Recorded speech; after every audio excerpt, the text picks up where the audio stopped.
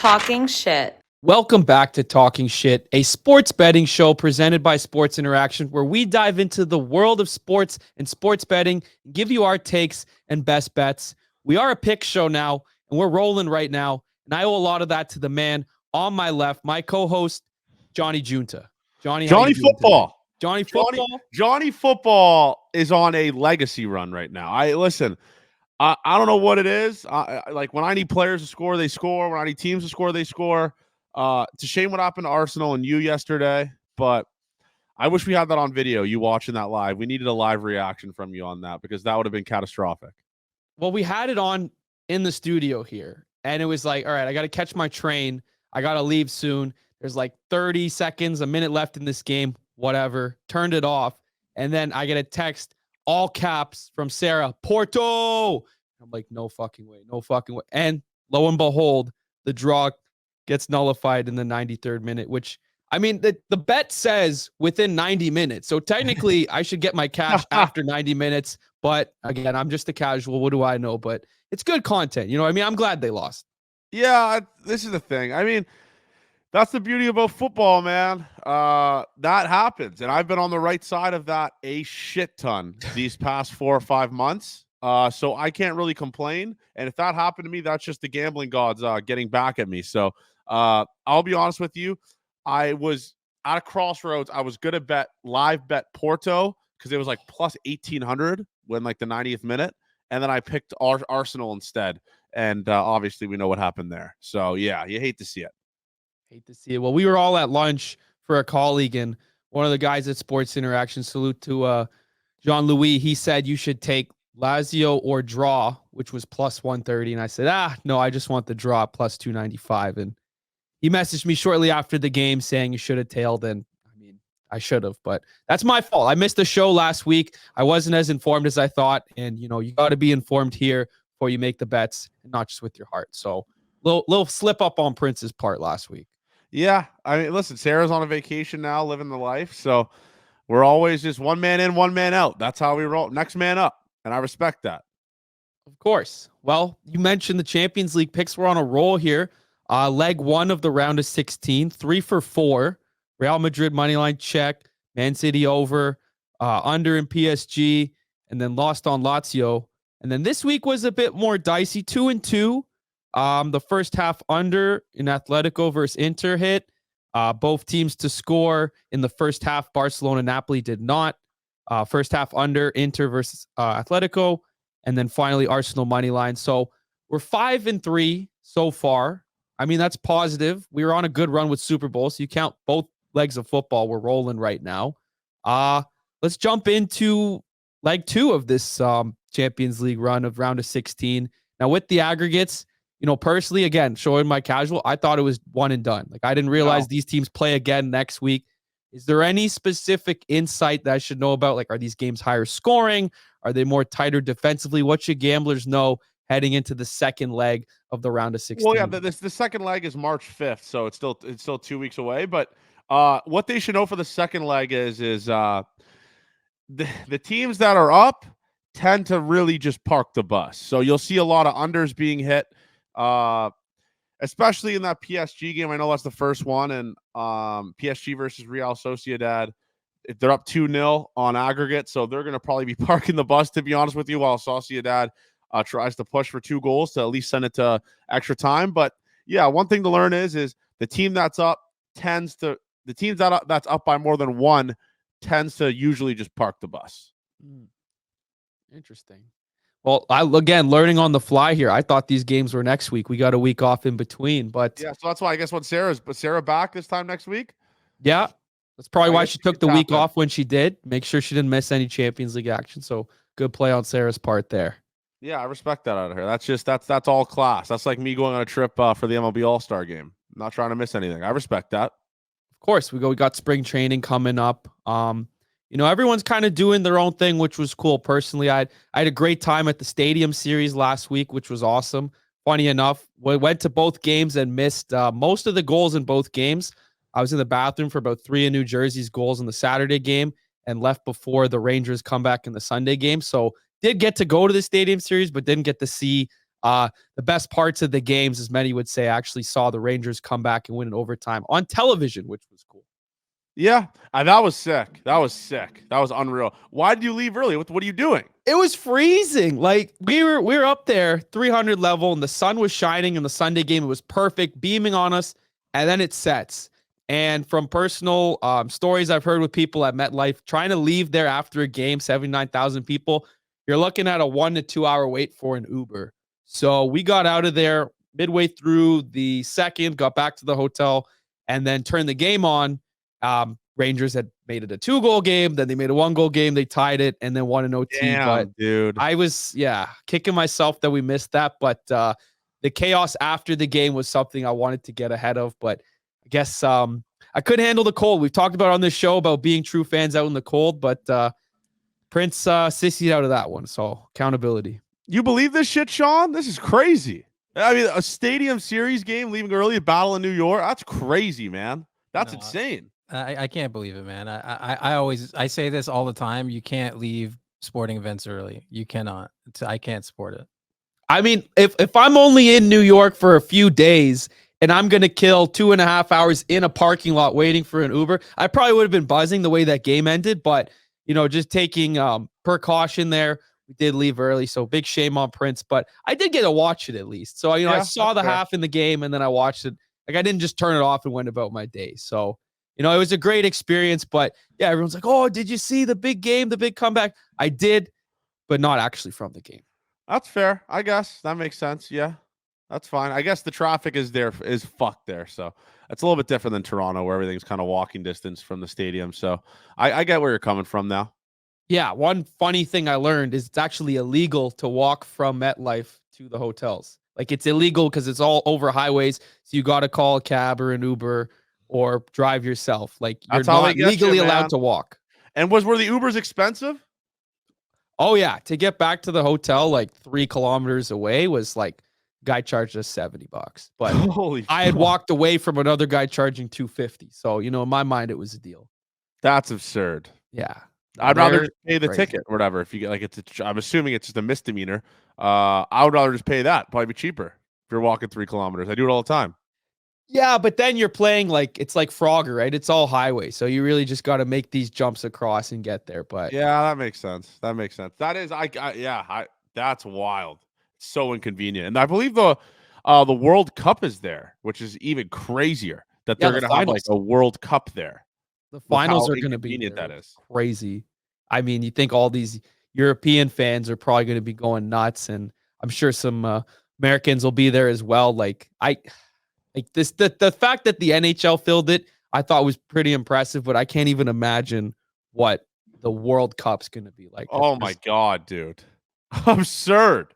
Well, there's a game in Toronto. No, it's funny. Like they got BMO. It's going to fill what, 20,000? Well, no, they had to make adjustments. I believe they have to add 20,000 seats.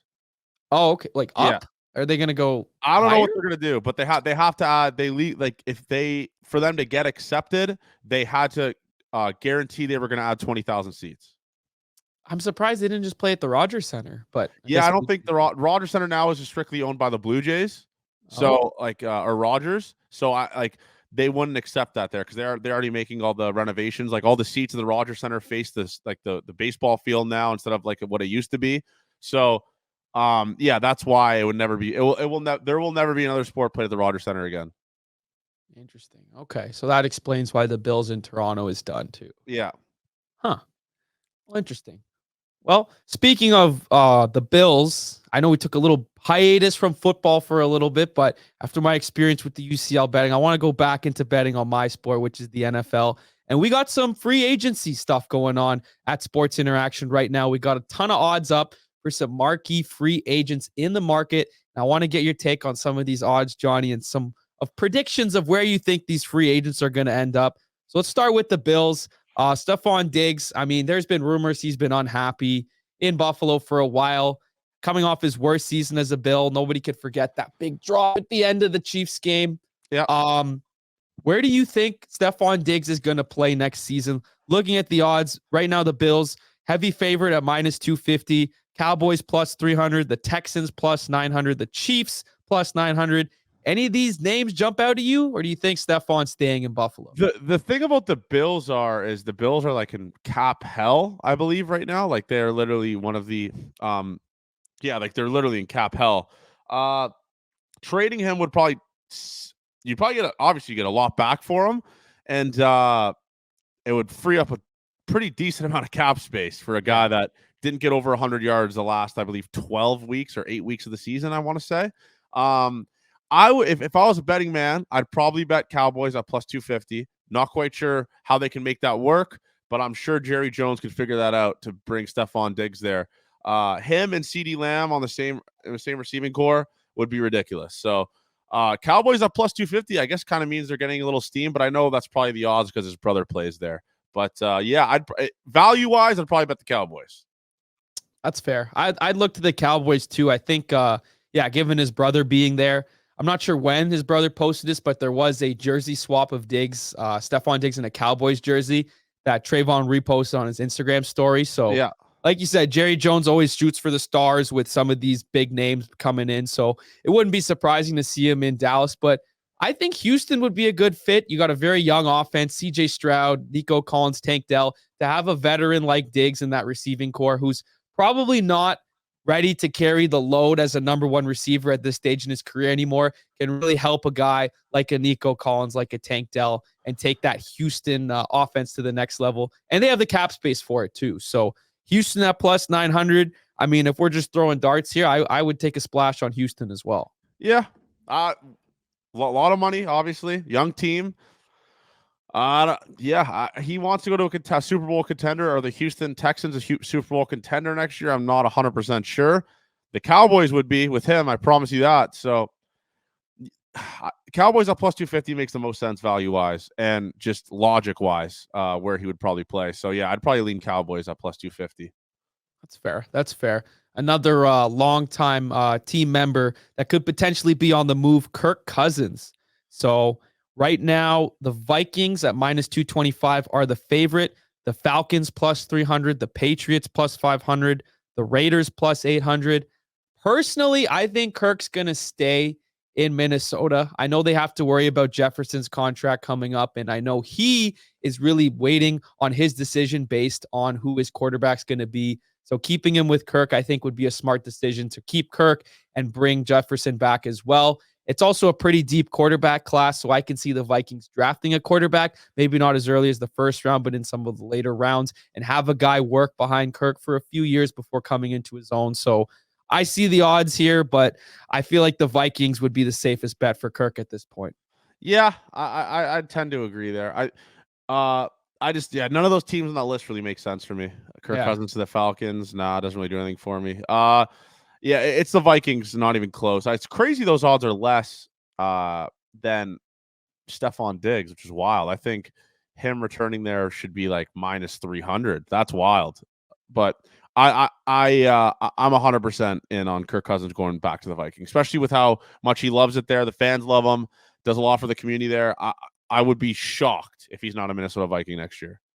Yeah, you definitely piss off a lot of Vikings fans. And then again, with Jefferson being uncertain about signing something long-term, if you bring in his guy, he'll probably stick around. But yeah, I think another thing that I just forgot about with Diggs was that the Bills posted a graphic on their Twitter about ready for 2024. And they had silhouettes of players, and it was like Josh Allen, Dawson Knox.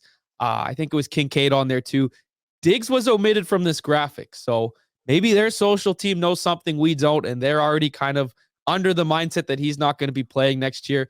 But I thought it was very odd that two of their offensive players beyond Diggs were in that picture, and he wasn't. That is crazy. Wow. That's insane. I don't know why they would do that. It's like making the player even more angry if he comes back. That's wild. Yeah, and you're going to stir the pot on social with something like that too. So should be interesting to see where those two guys end up. Another quarterback that will probably be on his way out of his home team, Russell Wilson. Dicey situation to end last season, getting benched. The Broncos seem like they want to move on from him. A failed operation, bringing in Sean Payton, bringing in Russell Wilson. Nothing seemed to happen. He showed flashes of greatness, but unfortunately, Russ is no longer able to cook.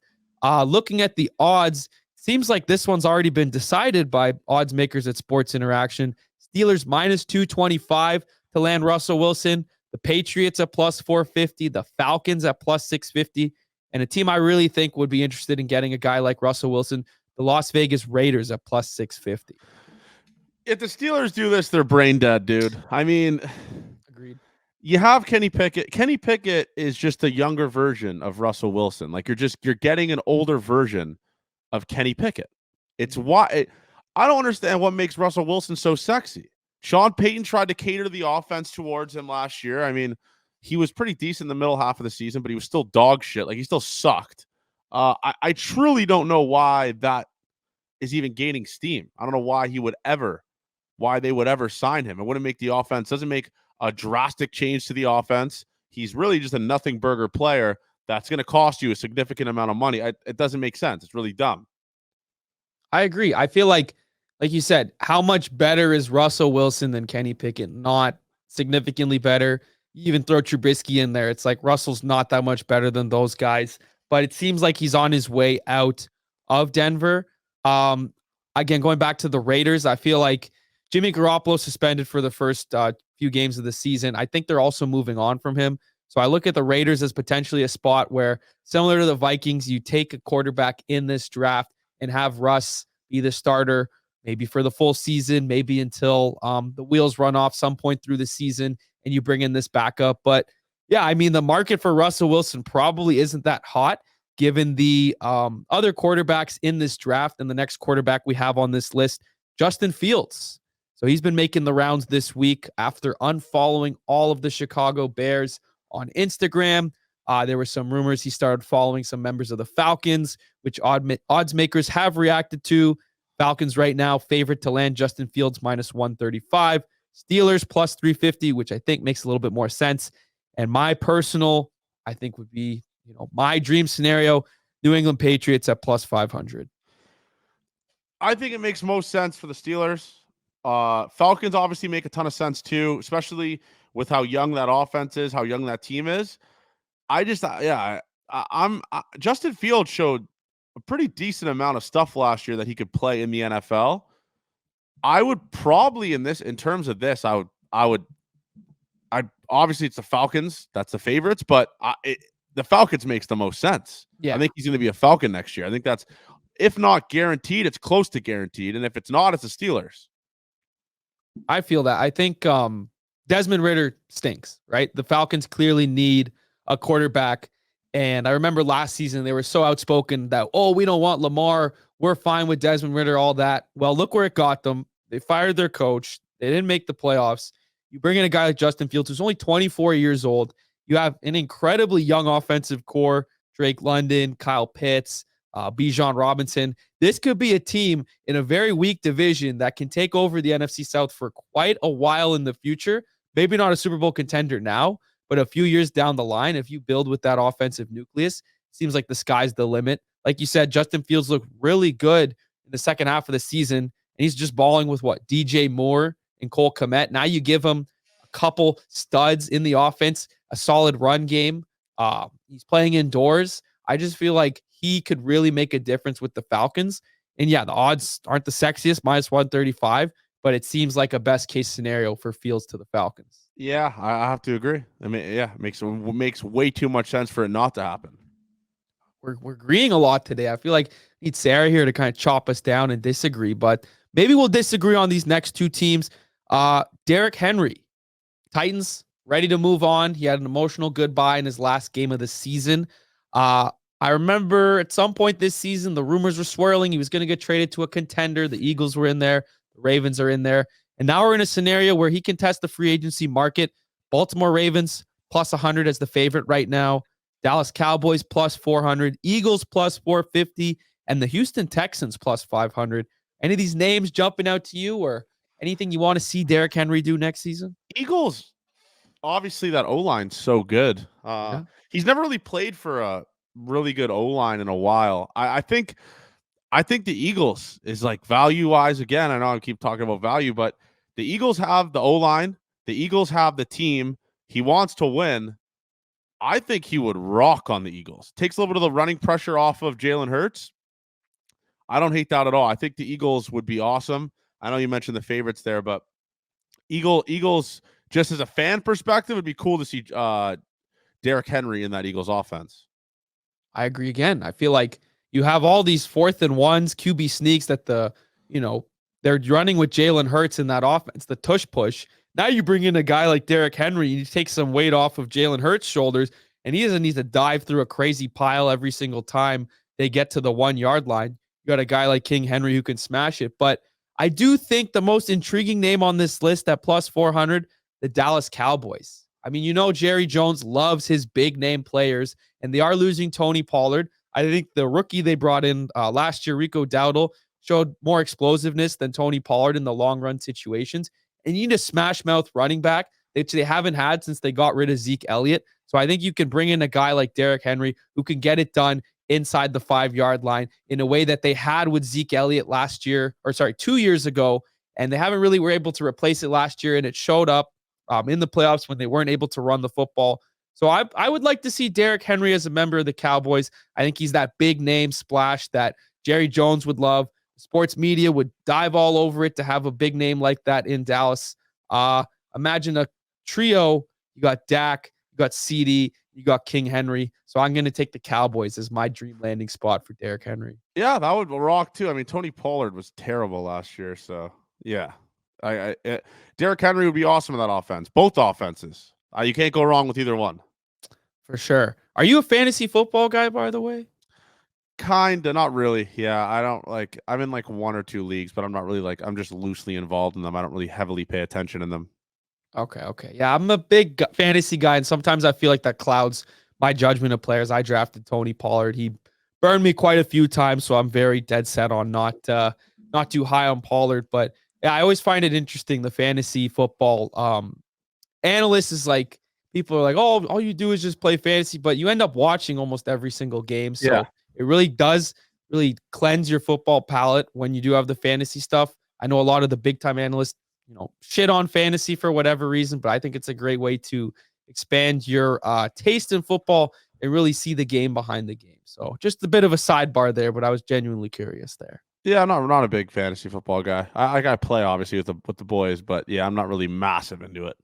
That's fair. I feel like people who bet and people who fantasy, they're so similar. I think it was Pat McAfee who was like, if you're so set on this player going off this week in fantasy, why don't you put money on it? And I think that's what kind of opened my mind to player props and leaning away from fantasy and more into betting. That's a good point. Yeah, that's a really good point. If you like them in fantasy, you're going to like betting on them. So that makes a lot of sense. For sure. It's definitely helped me with some of these locker room streams, either betting for or against my fantasy teams in here to help it out. One last free agency player available at Sports Interaction right now, Saquon Barkley. So he got franchise tagged last year. There was the big situation whether he'd hold out, whether he wouldn't. It seems like he's on his way out of New York, which I do find pretty funny because prior to the Stadium Series game, they brought out 3 players from the Jets and 3 players from the Giants. And Saquon was one of the players from the Giants. So it's just funny with everything you see online. He's out there on the field waving to Giants fans and wearing the jersey. But nonetheless, it seems like he's on his way out. Right now, the Texans minus 150 to land Saquon. The Chargers at plus 250. And the Chicago Bears at plus 350 is another intriguing option. So you think Saquon stays in New York, or you think he's out and goes to one of these teams? I wouldn't want to stay with that team, man. No direction. Literally no future. Their wide receiver core is pretty bad. If I'm Saquon, I want to go somewhere that I can at least be behind a protected good O-line. So that's taking away the Chicago Bears. He's not going there. Mm-hmm. I'm not quite sure. Where do you think he's going? I would, just from this list, we mentioned the Cowboys and the Eagles as teams looking for running backs. Maybe Baltimore right now, plus 900. They had that stud rookie last year, Keaton Mitchell, who tore his ACL, so I don't think he'll be ready for the start of the season. I think he could come in and do what they probably thought Dalvin Cook was going to come in and help out a bit. The Texans make a lot of sense. They got a ton of cap space. They're losing Devin Singletary to free agency. I'm very high on CJ Stroud and the future of that Texans offense. So you bring in not necessarily a veteran in Saquon, but a bit of an older player who's been through the rankings in the NFL.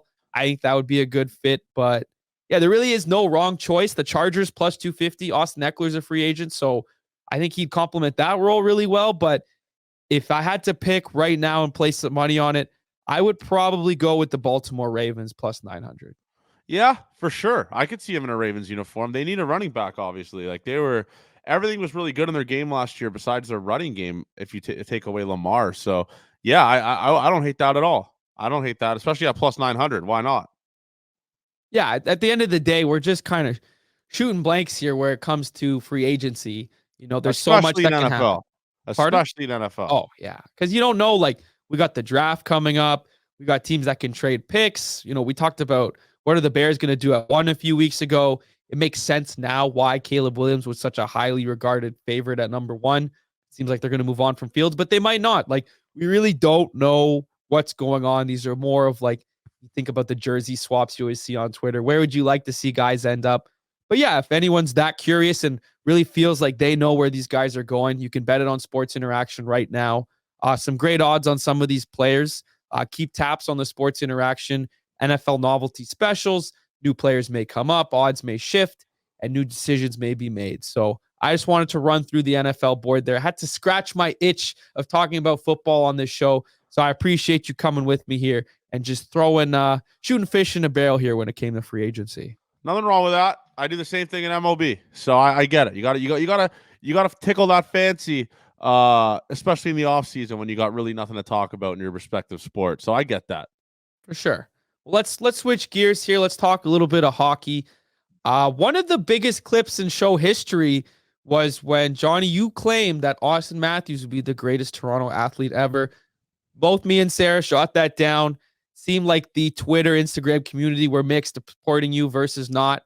I mean, shit, it's hard to argue. Last night, Matthews goes for 50, then he goes for 51, on pace for 75 goals this year, really putting the Leafs on his back in one season where we really don't know what's going to happen with the Leafs come playoffs. So one thing we do know is that Matthews is lighting it up. So I do want to ask you, do you double down on that claim? Is that something you would? No, that take is aging like wine. Yeah. I mean, the guy has 50 goals in 54 games, or 51, I guess 51, technically. Yeah, absurd. I can't argue that. I mean, we both said in here, it really comes down to what happens on the winning side of things. A lot of people in the comments were saying Vince Carter for what he did for the Raptors, Doug Gilmour, Wendell Clark, some of the Leaf greats, Joe Carter for the back-to-back home runs. But it's really hard to ignore what we're watching here. I mean, like you said, 51 goals in 54 games. Should be at this point become one of the first players in 32 years or 31 years to score 70 goals. I mean, shit, it really just depends on what happens during playoffs. I feel like we've seen this train before. Leafs look hot during the regular season. Even Nylander's going crazy. It's what can you do for me in the playoffs? But, I mean, it's been so fun to watch. Seeing him hit 50 in Arizona was electric. And, yeah, like you said, that take just ages better by the day. And if the Leafs are able to get it done in the playoffs this year, I think a lot of people on social media owe you an apology. Yeah, I think they still do. I mean, if he scores 70 this year, breaks multiple records, at the end of the day, it's a team game.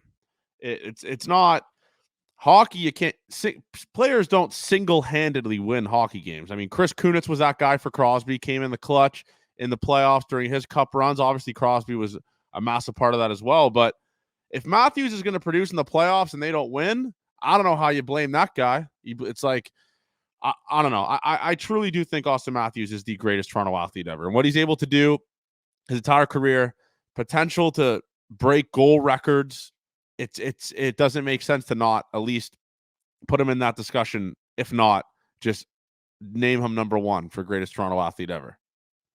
For sure. I feel like if they get a bounce in the first round this year, do you think that nullifies this 70-ish goal season?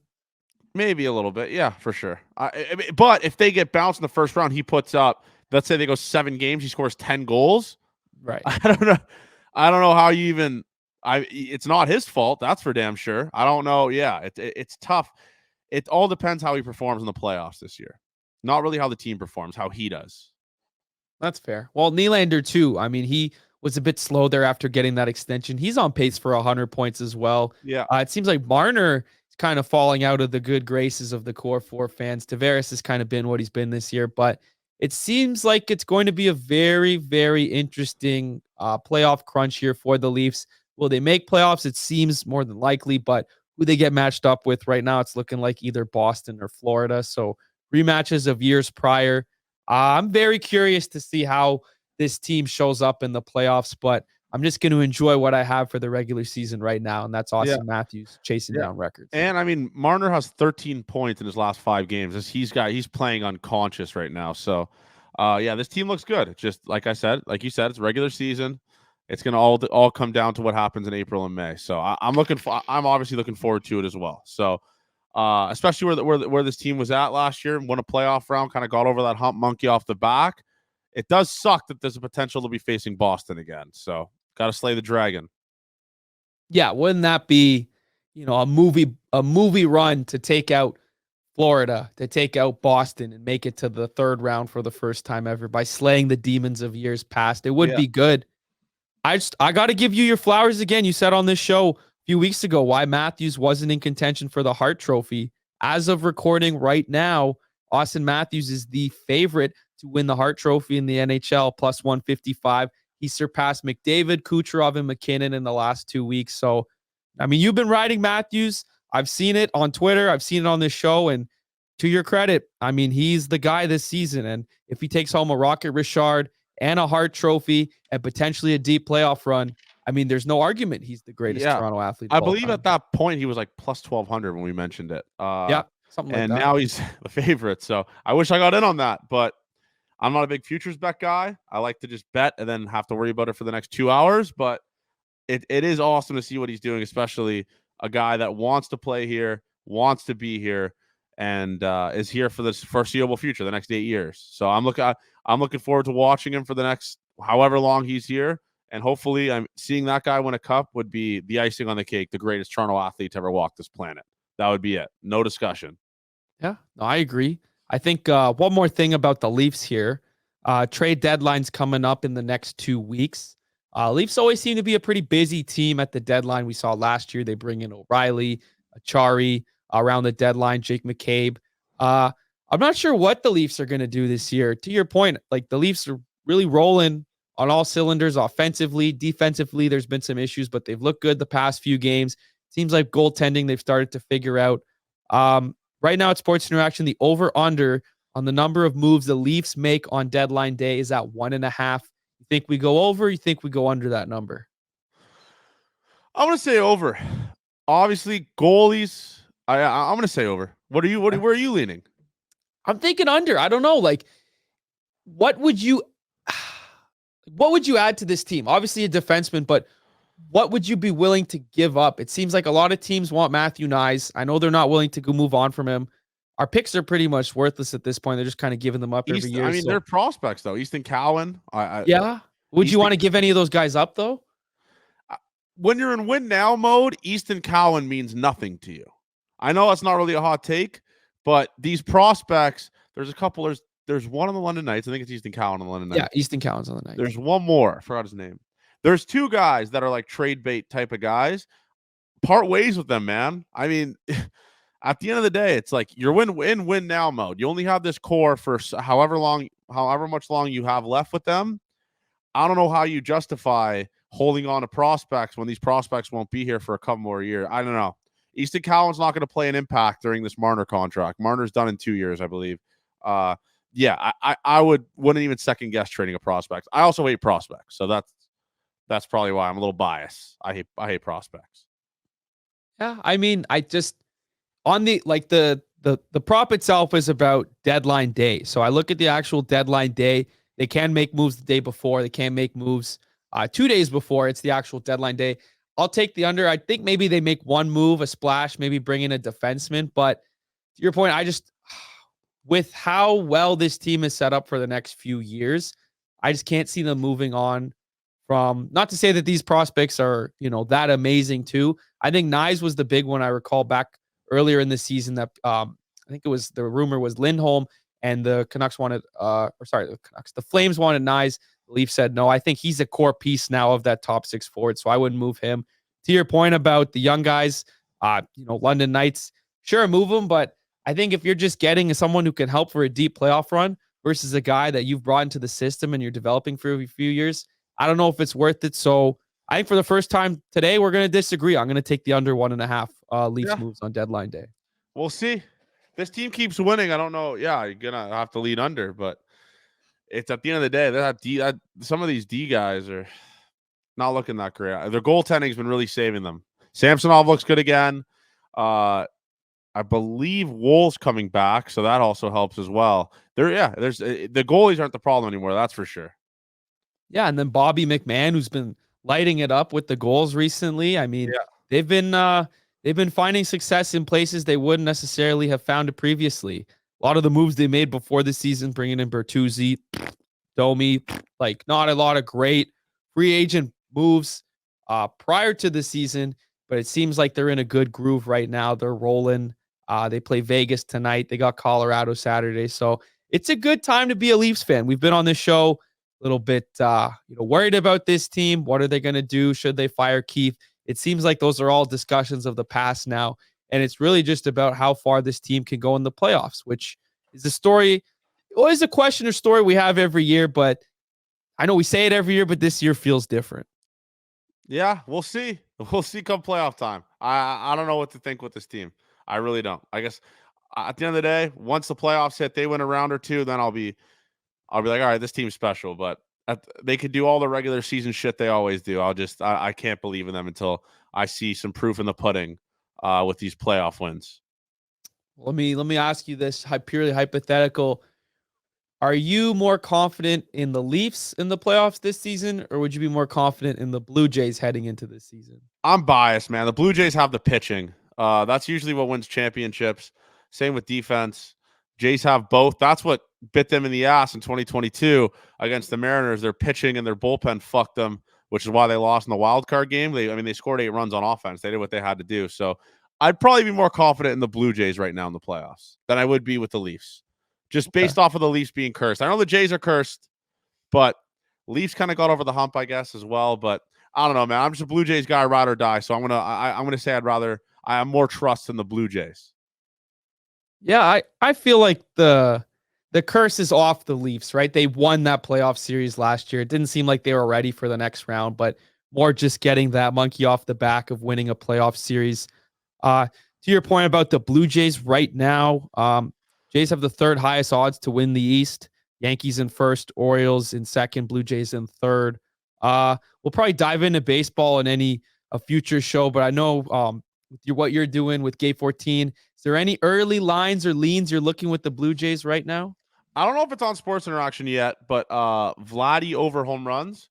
I really do think he's going to turn this around. I really do. I'm not saying he's going to return to the MVP 2021 where he was hitting like 500 home runs, but he looks great. His swing looks good. He seems more in his body. He lost a significant amount of weight. Looks stronger. I believe the total was 33.5. I'd probably lean the over on Vladdy home runs this year. I really do. I really think he's going to turn this around. Yeah, I saw he was looking slimmer. Like, is that an advantage or disadvantage when it comes to hitting home runs? Yeah, it's like more bat speed. Obviously more in tune with his body than he was last year, like he said. He's just a pure hitter, man. Insane bat speed, ability to put the ball so far, hit it so hard. And last year he was one of the best. He hit the ball the hardest in the league. So besides Ohtani, obviously, but I truly am putting all my trust in Vladdy. I'm ready to get hurt again. I would take his over 33.5 win total. Right on. He wants to make his case for greatest Toronto athlete ever. What'd you think of the new Fanatics jerseys? Yeah, they're trash, man. It's nothing's gonna.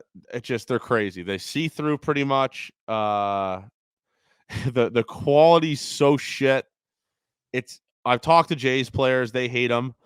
Everyone hates them. There's like a general consensus that every single person that has worn them hates them. Everyone. How did they get away with that? Like did no one see these in the quality control or what? It's money talks. They got the contract to take over the jerseys, and they really fumbled the fucking bag.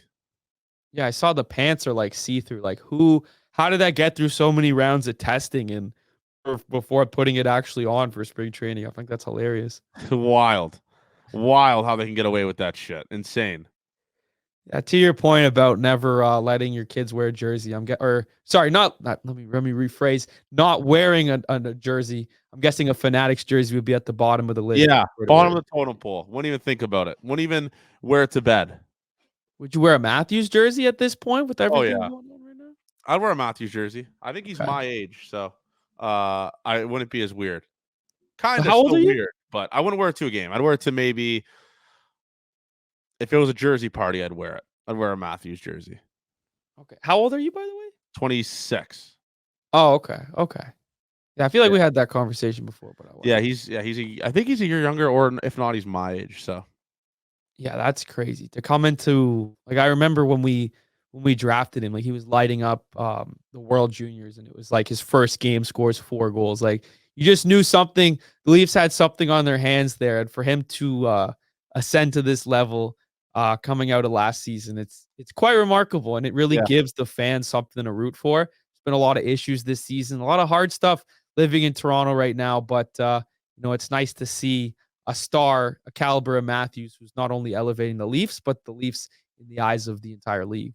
For sure. I love AM34. Just the man. Well, I love that dude. Yeah, no, for sure. Well, we love Canadian sports here at Sports Interaction. So if you think Matthews is going to win the Hart Trophy, you can bet that right now. Plus 155. Get in now, because it seems like he's had the biggest jump in odds since we last discussed this. You're handing out locks on this show, Johnny, whether it's football. Buzzing. Literally. I mean, Super Bowl, we went crazy. UCL, we're above 500, which is all you can ask for. And giving some leans with the futures with Matthews for Hart Trophy. So bet that now. As far as this show goes, I think we had pretty much the same stance on a lot of these NFL free agents. I'll leave the UCL picks for next week. We'll get Sarah back. Get some more insight on what's going on there. The Leafs deadline day should be interesting. I take the under, took the over, so we'll see how that goes. But I think that wraps us up for today. Anything you want to jump on and shout out before we get off here? Yeah, no. Obviously, it's just we're getting crunch time. We're almost in baseball season here, so the best time of the year, and I'm looking forward to it, man. I really am. And when baseball season is near, that means that NHL playoffs are near. So it's just the best of both worlds. You love to see it. Let's flash forward to April. There's a Leafs playoff game on, and there's a Blue Jays Blue Jays regular season game on at the same time. What is Johnny watching? I'm watching the Jays 10 times out of 10. I literally live, eat, sleep, breathe. The Jays are my entire personality. That's all I care about. So Leafs, whatever. I'll look at the score. I'll check the score. Last year I wasn't really watching them that much in the playoffs. I was really just watching Jays games. Wow. So yeah, they're not really that high on the totem pole for me. It's Jays over them by like 1,000. Is it just Jays or any sort of baseball over? It's just Jays, really. Yeah, I do enjoy watching baseball. I watch a shit ton of it, but it's the Jays, and then other MLB teams are again at the bottom of the totem pole for me. Interesting. Yeah, I guess I've only known you since this show started in November, so I've only gotten to see Johnny off season. So. Yeah, exactly. I haven't seen me tapped in the season yet. Very much so, on the show and on Twitter. I'm very excited. There it is. Yeah. We appreciate everyone watching, listening. Make sure to follow Sports Interaction on all your social medias. Make sure to follow myself and Johnny on all your favorite social media channels. Lock in some of these bets right now at Sports Interaction. Bet responsibly, and of course, bet local, and we will see you next week. Talking shit.